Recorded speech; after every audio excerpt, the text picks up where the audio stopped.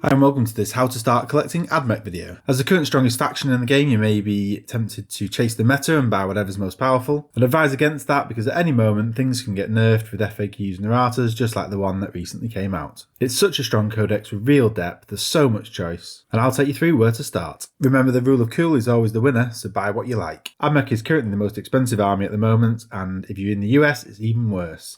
Check out this video to see just how expensive all the other armies are. The obvious place to start off is to pick up one of the two collecting boxes, either Start Collecting or Combat Patrol. The Combat Patrol is replacing the Start Collecting, but you can certainly find it if you look around GW stores or independent retailers. Remember, the prices that I quote are all GW, but you can get 10 to 20% off by shopping by independent retailers. Both boxes are perfect to start. They both give you a significant discount than buying models individually. The £60 Start Collecting gives you about a 35% saving. The Combat Patrol at £85 is about a 33% saving. You get one set of Skitarii infantry, but I definitely suggest getting another set because they're one of the strongest parts of the codex. Great at shooting and durable, they're cheap for the damage that they dish out, and they're very easy to buff and strats that you can make them even more powerful. The rest of the options in the box sets are strong and playable, but maybe not the best, but that's only because the Ad Mech codex is so strong. The engine seer is great at buffing vehicles, it's a cheap HQ choice. Sit it next to an Onager or Disintegrator at the back, reroll hits of 1, and it can also heal D3 wounds. The Onager's a great shooting platform, sitting as a backfield gun line, and it's durable with its force field. The Disintegrator actually has a bigger shooting punch, not quite as durable as the Onager, but it does have a fantastic option for indirect fire. You're actually spoiled for choice with this option because you want to build a Disintegrator and a Doom Rider really. The Doom Rider is an excellent transport, lots of stub of fire, pumping out 16 shots. Of the front options, I'll probably choose a Breacher. It's a great melee unit, objective secure, 2+ armor, 6+ invuln. It's going to be helping secure a lot of points in a game. The box sets are certainly going to get you started, but you probably want some of these must-haves as well. The Marshal is fantastic, cheap, powerful at buffing, and one of actually the best overall buffing units in the game. Rerolls 1s to wound, it's got an auto-include relic which will include rerolls for hits, and you can also use it to ignore Doctrina penalties. A definite must-buy.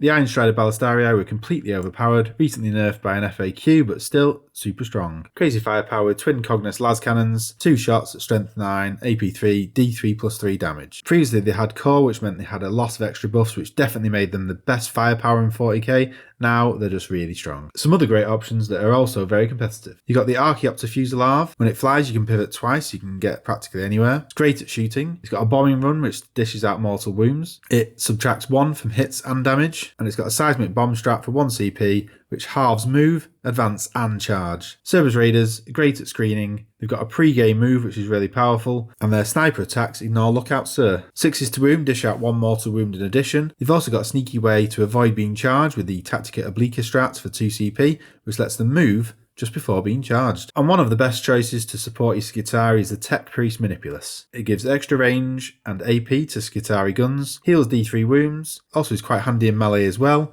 and a 2+ armor save, 5+ invuln. It's going to be quite durable. Rattle through some of the options there. This is such a strong codex. I'd say completely ignore the Warzone supplementary books because they're not really needed. Let me know in the comments if I've missed anything you think is particularly strong, and see you again soon.